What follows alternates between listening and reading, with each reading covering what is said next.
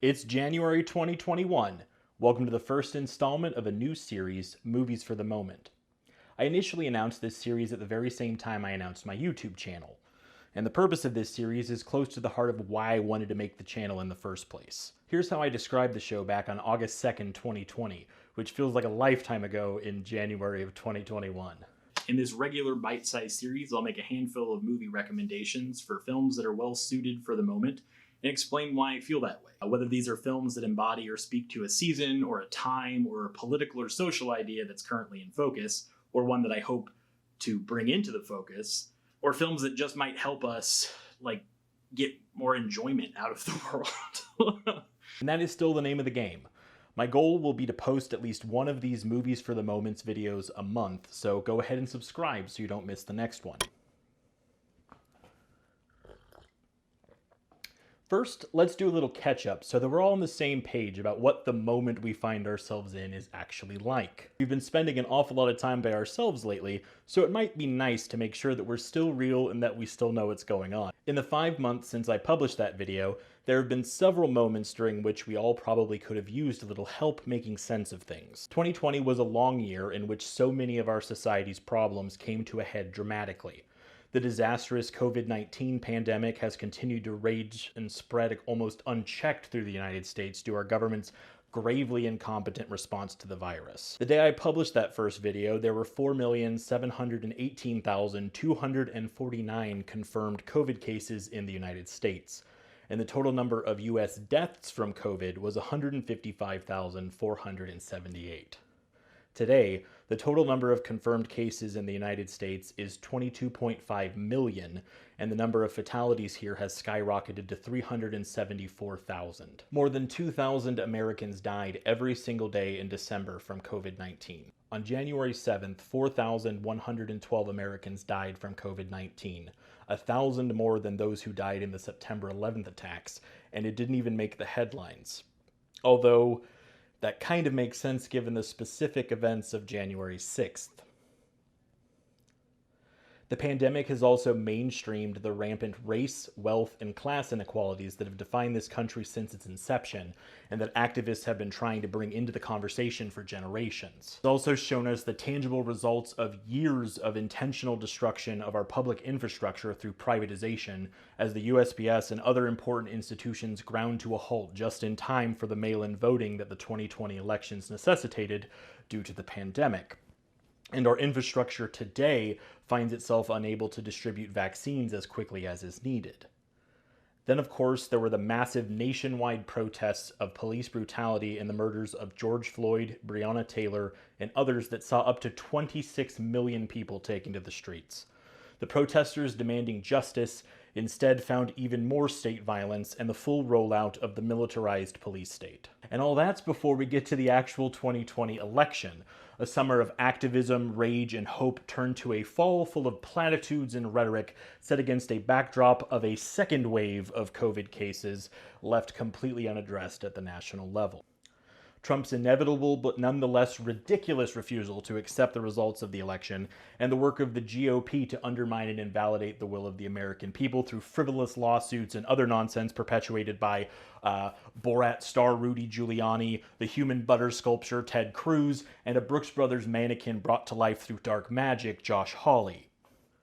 All during a pandemic that saw more people out of work than at any point since the Great Depression, your host included, for 3 months. The US experienced a series of crises in 2020 that made it painfully undeniable how broken our systems are, no matter how tuned out you might find yourself. The federal government happily handed billions in loans and financial assistance to corporations, while our leaders debated whether $600 would be enough of a band-aid while 12 million Americans are behind on rent. And that brings us to January 2021. The new year, a fresh beginning, a season of hope set against a still raging pandemic while the president's supporters mock siege Capitol Hill and voters in purple gerrymandered Georgia reject Trump's acolytes and give control of the House and Senate to the Democrats, though whether they will do anything with that remains to be seen. It makes you feel some type of way, huh?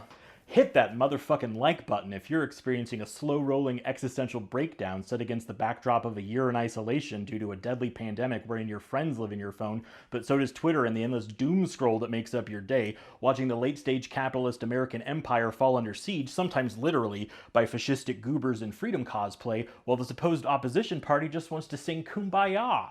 Subscribe. According to a very scientific Twitter poll, which unfortunately closed while Trump supporters moseyed all over the Capitol in their little outfits, and before the president got banned from Twitter, this might be the way you're feeling. I'd say that that's pretty close to where I'm at, and I thought I'd share some films that I believe are well suited for the ever-changing moment that we find ourselves in. I also asked what you look for in your entertainment when you find yourself feeling some type of way, and the responses were pretty evenly split. So I thought I'd go ahead and recommend 2 films that I think ride that line pretty darn well. That brings us to our first film, 2017's First Reformed. Are you washed in the blood, in the soul cleansing blood of the Lamb? Are your garments spotless? Are they white as snow? Paul Schrader, writer-director of First Reformed, is no stranger to urgent and vital portraits of alienation and loneliness set against backdrops of society in decline. In First Reformed, those themes crystallize into a timely picture of climate grief, hopelessness, passion, and humanity. First Reformed is a restrained and deftly crafted examination of the crushing pressure of righteous but impotent rage under the weight of insurmountable evils and a character study of a good man pushed to the brink. Featuring a powerhouse performance from Ethan Hawke as Ernst Toller, pastor of the 250-year-old First Reformed Church in Snowbridge, New York. The historic church he presides over is of more historical value than actually relevant, with its small congregation almost serving as an afterthought to its status as a tourist attraction, propped up by the marketing arm of an evangelical megachurch that owns it. One of his few parishioners, Mary, played with grace and humanity by Amanda Seyfried, reaches out to Toller, worried about her husband, a radical environmentalist who has taken to nihilism.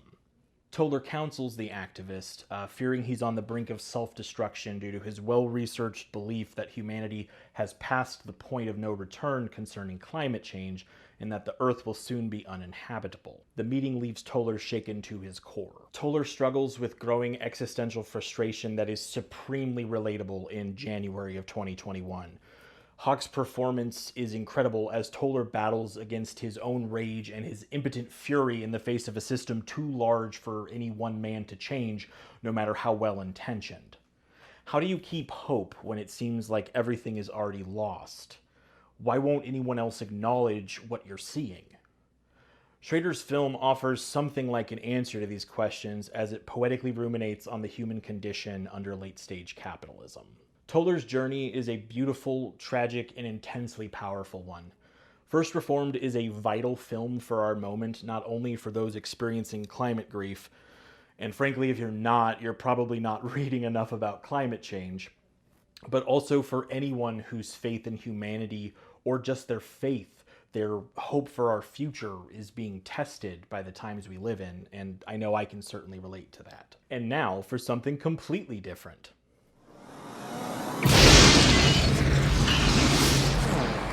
Good morning. This is your wake-up call. 1995's Johnny Mnemonic may not be the first film you'd immediately think to pair with First Reformed, and that's understandable.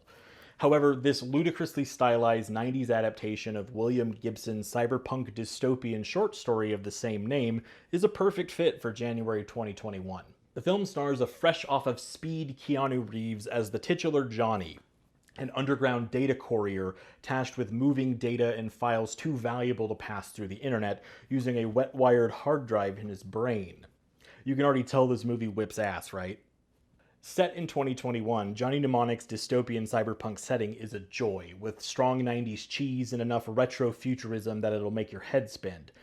It's hackers if hackers was the Matrix. The 2021 of Johnny Mnemonic is also racked by a pandemic, a degenerative disease called nerve attenuation syndrome with some mysterious connection to the internet and technology exposure. Early on, there's a demonstration of masked protesters outside a corporate office demanding a cure for the disease ravaging the world, and they're beaten back by heavily armed police officers, and you just have to laugh.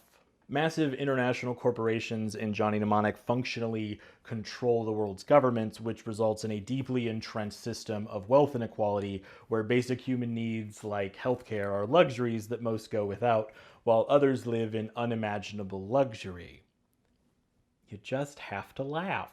Like most science fiction, cyberpunk like Johnny Mnemonic isn't actually prophetic. Instead, these types of stories like Blade Runner, Ghost in the Shell, and so on were just deeply critical of social problems that were already unfolding at the time of their creation.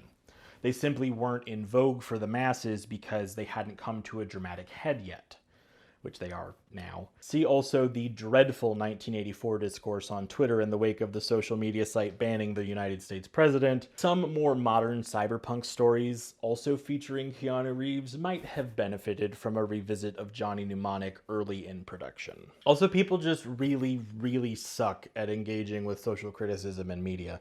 I made a pretty substantial video where that's a big focus if you're interested.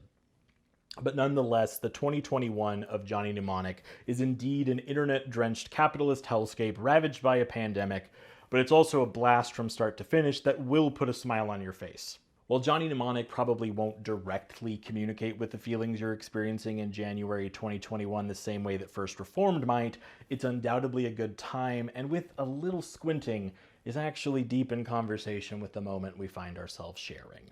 What the fuck is going on? What the fuck is going on? Well, folks, that's the show. I'm Humanstein. Thank you so much for watching. Be sure to subscribe so you don't miss the next Movies for the Moment.